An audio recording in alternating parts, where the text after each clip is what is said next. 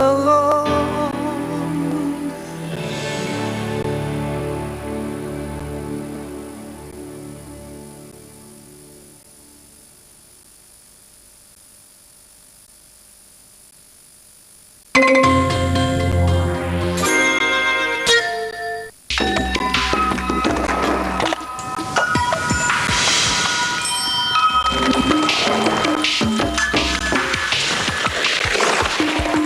Nulle part ailleurs, avec Agfa Numérique.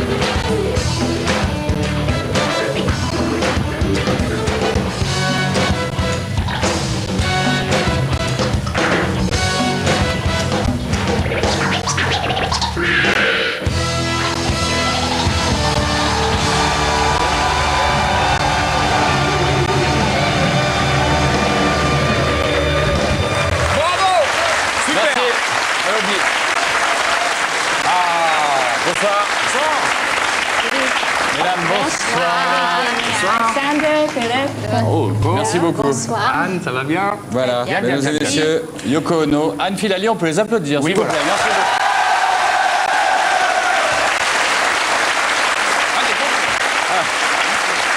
Mesdames et messieurs,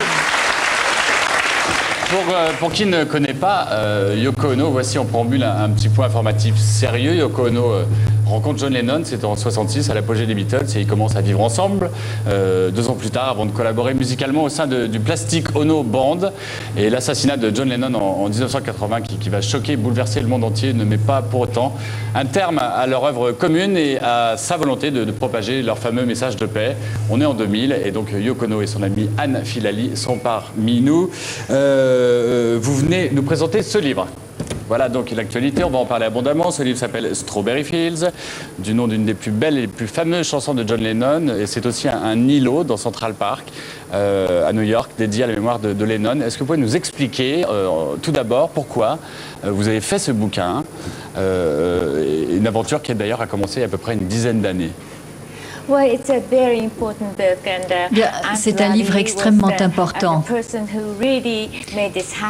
Et je dois remercier les personnes qui ont permis à ce livre de se faire. Mais en fait, tous les pays au monde ont participé à la publication de ce livre. Un artiste pour chaque pays a fait quelque chose en hommage à John. C'est donc toute une série d'artistes internationaux qui ont contribué à cet ouvrage. Il m'a semblé également extrêmement important que John soit représenté aussi. C'est la raison pour laquelle il y a des dessins de John Lennon. Vous êtes amis depuis longtemps, hein? Depuis 20 ans. Depuis 20 ans, vous êtes rencontrés comment? Dans quelles conditions? Nous sommes rencontrés à New York et... Moi, je crois qu'on s'est rencontrés il y a bien 25 ans. Donc, je ne me souviens plus, moi, comment on s'est retrouvés. C'était de la magie, sans doute. Dans la rue, en boîte, non? Bon, avant de parler longuement de ce live tribute, comme on dit, on va attaquer avec un cocktail organisé par le patron fondateur du magazine Playboy. Ça représente quoi pour vous, le magazine Playboy, Yoko? Playboy? Playboy? Oui, le truc, ça... Oui, non, ça va. Mais pourquoi pas Playgirl? D'accord. Voilà, non, mais si on parle de ça, c'est parce qu'il s'est passé quelque chose. Et le patron de Playboy, qui s'appelle Hugh Hefner, qui est bien connu, est friand de la French Touch musicale. Et il leur a demandé aux organisateurs des ex-soirées respect du Queen à Paris d'animer sa dernière fiesta. C'était samedi dernier, dans sa maison de Miami, où nous n'étions pas. Mais il y avait le DJ Dimitri from Paris qui officiait aux platines. Et Didier Alouche, lui, il y était pour nous, le vénard. Sauf qu'il s'est fait virer avant l'arrivée des filles. Mais voici son reportage.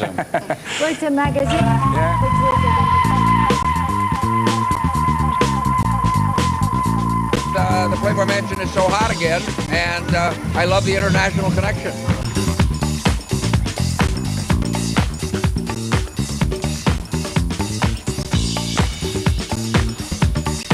La gloire de la Mansion, c'était un peu en même temps que la gloire du magazine Playboy aux États-Unis. C'est fin 60, début 70, c'est la libération sexuelle aux États-Unis, etc. Et c'est un truc assez sexy. Et c'est vraiment le symbole de l'hédonisme à l'américaine, avec un côté toujours très respectueux. C'est pas complètement trash et c'est pas complètement décalant. Ça reste toujours très smart et élégant. C'était très, très amateur de Playboy. Et je me mettais même une fausse moustache pour avoir l'air plus vieux au kiosque pour l'acheter. I think part of the strength of Playboy is the connection that so many generations grew up with the magazine. And it's all happening again. This party is just beginning. Well, wait till the girls arrive. Avec une soirée sympa. On en parle aussi des cartons. On se souvient d'ailleurs qu'un disque de Dimitri Van Parijs vient de sortir, une compilation qui reprend donc tous les titres joués au cours donc, de cette soirée. Sport maintenant, avec le boxeur le plus titré de l'histoire de la boxe française. Il s'appelle Kamel Chouaref et il disputera demain soir à Milan le championnat du monde de kickboxing. Rencontre avec un garçon très sympathique à la veille du jour J. Allons-y.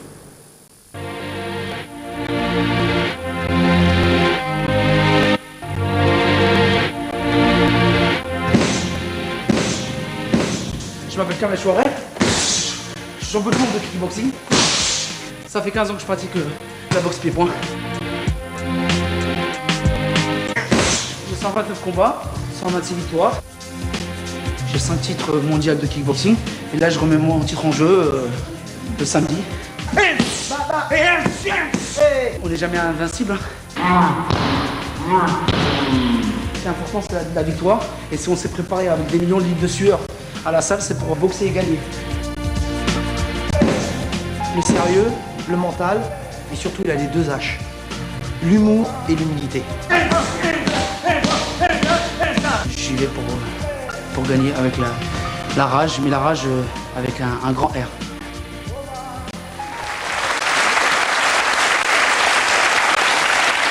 Voilà.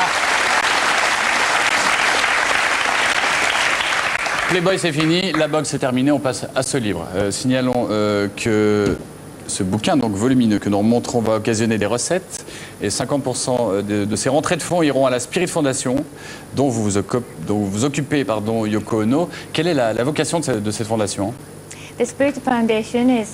Eh bien, cette fondation Spirit, c'est une fondation que nous avons fondée avec John en 1980. Cette fondation a joué un rôle très important, en ce sens qu'elle a permis de donner de l'argent et d'aider les gens qui en avaient besoin. Alors, 50% Spirit Foundation et les 50% restants seront reversés à la fondation Orient-Occident, que dirige votre fille, Anne. C'est quoi cette fondation ? Dites-nous tout. Cette fondation a été créée par ma fille pour, comme le nom l'indique, Orient-Occident, pour essayer de rapprocher les 2 rives de la Méditerranée. Parce qu'il y a tellement d'incompréhension qu'il faudrait essayer de lever. Donc cette bibliothèque a été faite à Rabat et c'est un prototype. Elle est sur le plan de la Méditerranée, c'est un bateau renversé, nef renversée, n'est-ce pas, qui relie les 2 rives. Et je pense qu'il y en aura d'autres. Déjà, l'Italie est intéressée à refaire sur exactement le même plan, la même chose. Il y a une partie pour les handicapés, naturellement, une partie qui va être consacrée exclusivement aux aveugles, afin qu'ils ne se soient pas séparés. Parce qu'en général, on fait toujours des choses pour les aveugles où il n'y a que des aveugles. Et là, c'est bien de les intégrer avec d'autres étudiants. D'accord. Donc ça c'est l'idée générale. Et j'espère qu'il y en aura en France, parce que pour les enfants de l'immigration, ils retrouveraient ainsi dans ce lieu leurs racines. Parce qu'il est important, pour absorber notre culture, d'avoir la sienne bien développée, Et malheureusement, ces enfants-là ont des parents qui n'ont pas eu la chance de pouvoir se cultiver, donc ils ne peuvent pas apprendre à leurs enfants leur propre culture, alors que dans un lieu comme cela, ils pourraient la retrouver et avoir des gens qui retrouver toute la... qui s'occupent d'eux étroitement, en tout cas. Étroitement, et puis qui trouvent la littérature de leur pays. un aspect caritatif, pédagogique. On verra cette espèce de mission éducative que vous trimballez depuis des années, Yoko Ono. On va passer à quelques images tout de suite extraites de ce livre que vous avez orchestré. Vous l'avez dit, il y a pas mal d'artistes qui se sont prêtés au jeu. Quels étaient les critères et qu'est-ce que vous leur avez demandé exactement, Yoko ? Les critères, il fallait d'abord que ce soient les meilleurs artistes qui représentent chaque pays. Et nous avons eu la grande chance que ces artistes acceptent de collaborer. Et c'est pour ça qu'ils ont fait quelque chose d'unique et d'intéressant. Et à titre personnel, comment vous êtes intervenu sur ce projet ?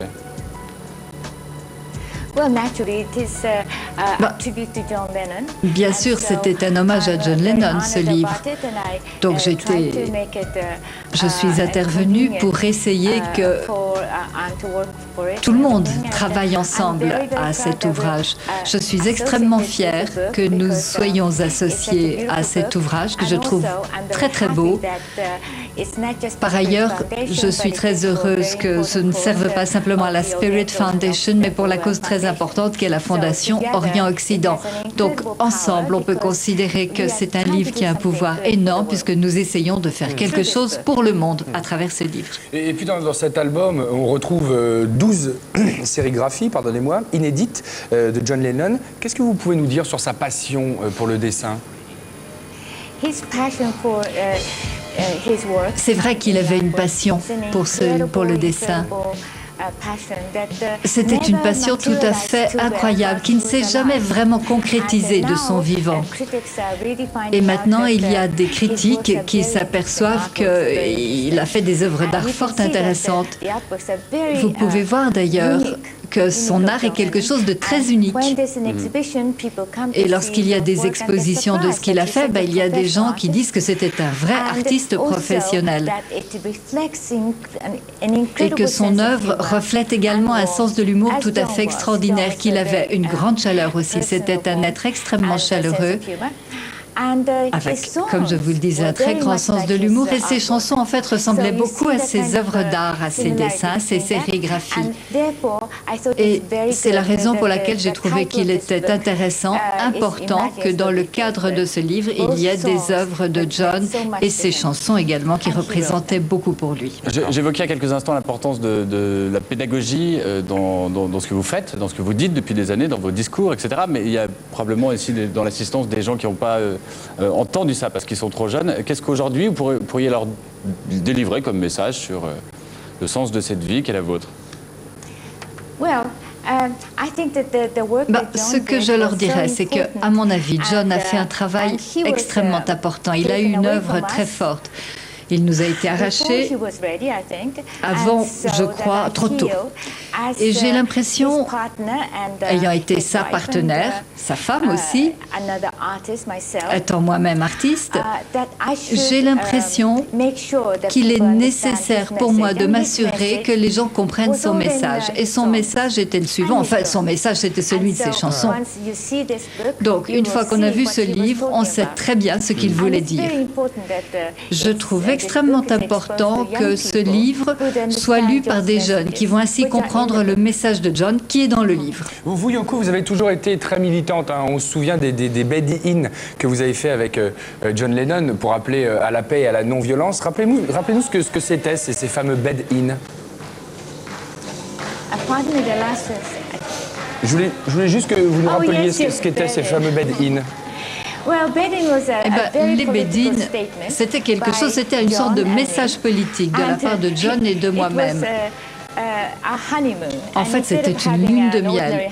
Mais au lieu d'avoir une lune de miel ordinaire, nous nous sommes dit qu'il était peut-être bon de montrer au monde à quel point la paix mondiale était importante. Alors nous nous sommes installés dans une chambre d'hôtel. Au lit, nous portions des t-shirts, des chemises de nuit, nous disions bonjour. Et les journalistes ont tous eu l'impression que c'était quelque chose. Étant des gens aussi spéciaux, nous allions sûrement faire l'amour devant eux. Alors ils se sont tous précipités pour assister à ce qu'ils croyaient être un spectacle. Il y avait une bonne vingtaine de journalistes qui sont entrés dans la salle, dans la chambre, et nous leur avons dit « Bonjour, salut ». Bien sûr, nous n'allions pas faire l'amour devant eux, c'était évident pour nous. Mais au lieu de cela, nous leur avons parlé de l'amour que nous portions au monde. Donc, c'était une sorte de happening, si vous voulez, avant l'heure. Et cela a duré 7 jours, comme cela. Et ça a beaucoup marqué les gens. Vous, Anne, vous n'étiez pas nue dans la chambre à côté. Non. Allez, une petite information. Nous serons en direct de la Croisette et du Festival de Cannes dès mercredi, et ce jusqu'au vendredi 19 mai. L'info ne pouvait pas laisser indifférent nos camarades du message à caractère informatif qui se sont bien défoulés. Vous allez voir, c'est le message.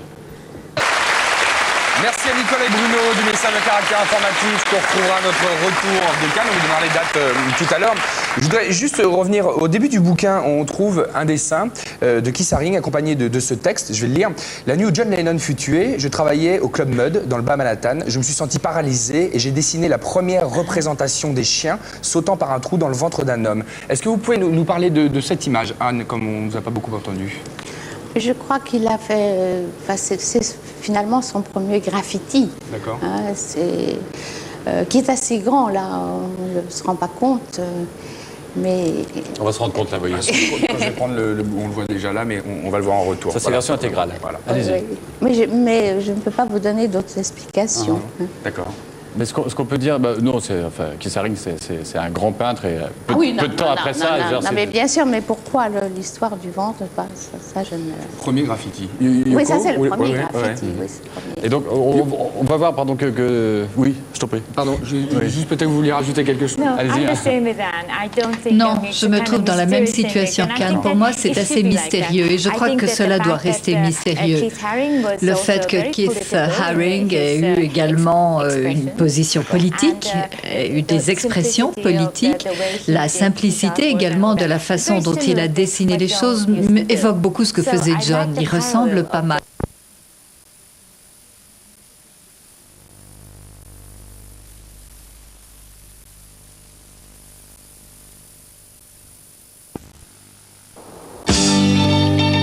There's a starman waiting in the sky. He'd like to come and meet us, but he thinks he'd blow our minds. There's a starman waiting in the sky. He's told us not to blow it, 'cause he knows it's all worthwhile. He told me, let the children lose it, let the children use it, let all the children boogie. SFR invente la garantie carré rouge, parce qu'un abonné SFR n'est pas un simple numéro.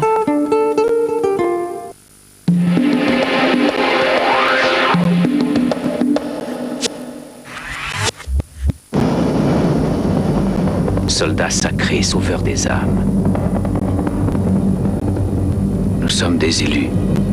Une grande destinée attend chacun de nous maintenant. Cet homme prépare une attaque sans précédent contre les États-Unis. Monsieur Grant, voulez-vous dire que le neurotoxique est à bord? Oui, c'est ce que je pense. Colonel, pour mener l'assaut contre des pirates de l'air, vous êtes un expert. Mais cette fois, ce sera à 8000 mètres d'altitude. Compte tenu des circonstances, monsieur, je crois sincèrement que nous n'avons pas le choix. Steven Seagal et Kurt Russell espèrent que leur ultime décision ne sera pas la dernière. Ce soir, sur France 2. Il est menu, un peu fluet, pas très costaud. En fait, il est petit pour son âge. Il parle pas, il dit rien. Et même à l'école, il participe pas beaucoup. C'est un enfant. Eh oui, il est en sucre. Il est renfermé sur lui-même, toujours à l'écart. C'est un enfant très introverti. Ouais, de toute façon, ça sera toujours un solitaire. Le rugby, tu fais l'essai, t'es transformé.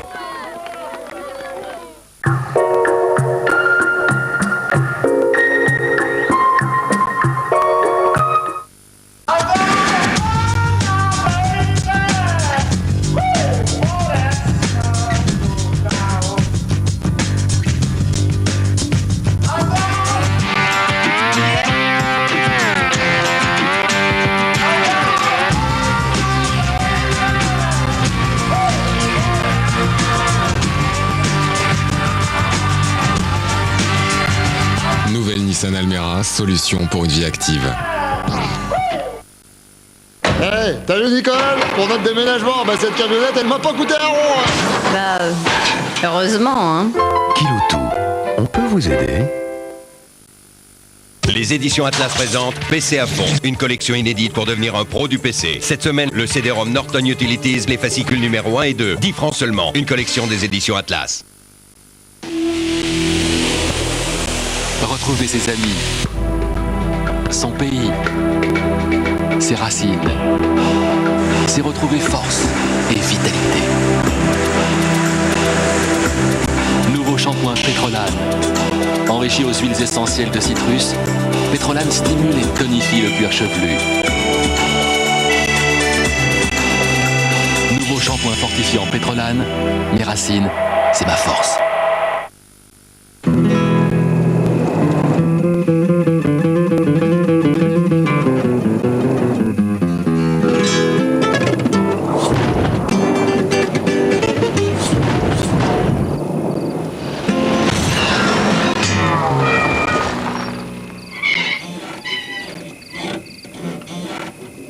Speedy, n'attendez pas que votre voiture vous le demande. En ce moment, chez Speedy, le 4e amortisseur est gratuit. Mes parents m'ont pris Internet pour l'école. Je joue juste un peu. Ils sont vachement forts à Singapour. L'Internet? Comme vous êtes. Pour vos problèmes de bouche, faites confiance à Extril. Extril, bain de bouche à l'exétidine, est un médicament antiseptique pour retrouver rapidement une bouche saine. Extril, antiseptique avant tout. Existe aussi en dentifrice pour les gingivites, pas avant 6 ans. Bernard, il faut choisir. 1, c'est non et il se passera jamais rien entre nous. 2, c'est ici, tout de suite, maintenant. Alors, c'est 1 ou c'est 2? Hein? Vous n'êtes pas fatigué d'être fatigué. Guronzan, la fatigue a fait son temps. Guronzan est un médicament réservé à l'adulte. C'est fabuleux quand même le Moyen-Âge. Moi j'aurais bien aimé vivre à cette époque. Il y avait des jongleurs, il y avait des fous. Toute une salle immense pour mettre des tables, pour manger. Tu te promènes dans le jardin là avec tes robes toutes légères, toutes chouettes. Ça devait être l'horreur, il devait être mort de froid, il devait avoir super faim. Moi je pense qu'ici même ça devait pas être drôle du tout. Charlemagne, son premier bain, ça a été à 14 ans. 14 ans, oui. Quelle salle. Ah. Mais oui, vivez de découverte en découverte. Découverte de la SNCF, c'est moins 25% pour tous.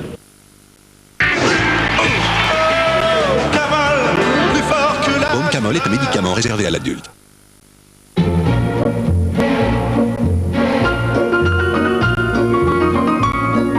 Luminance à la cire naturelle.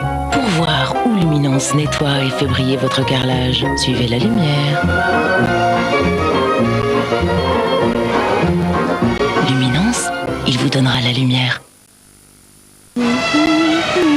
À Strasbourg, il n'y a pas que les cigognes à voir. Bon, les enfants, le téléphone, c'est pas un jouet, hein. Vous appelez pour un oui ou pour un non, il va falloir se calmer. Non mais c'est vrai, quoi. Et qu'est-ce qu'il a, ce chien, en plus, hein? Faut qu'on parle, nous aussi. On a une solution. Le ticket France Télécom. Achetez l'heure d'avance pour 50 ou 100 francs de téléphone et ils appellent de chez vous, d'une cabine ou d'où ils veulent.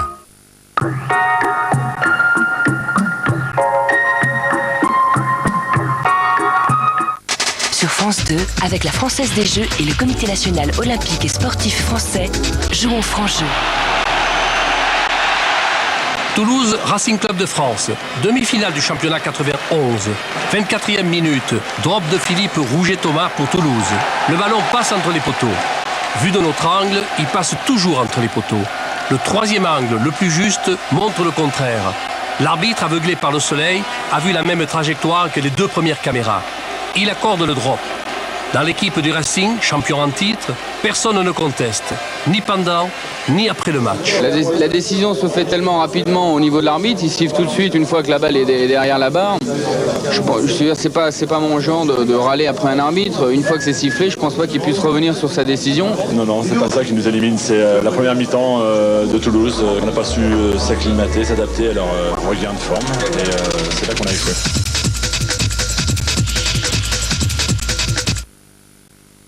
Stade 2, avec Kiloutou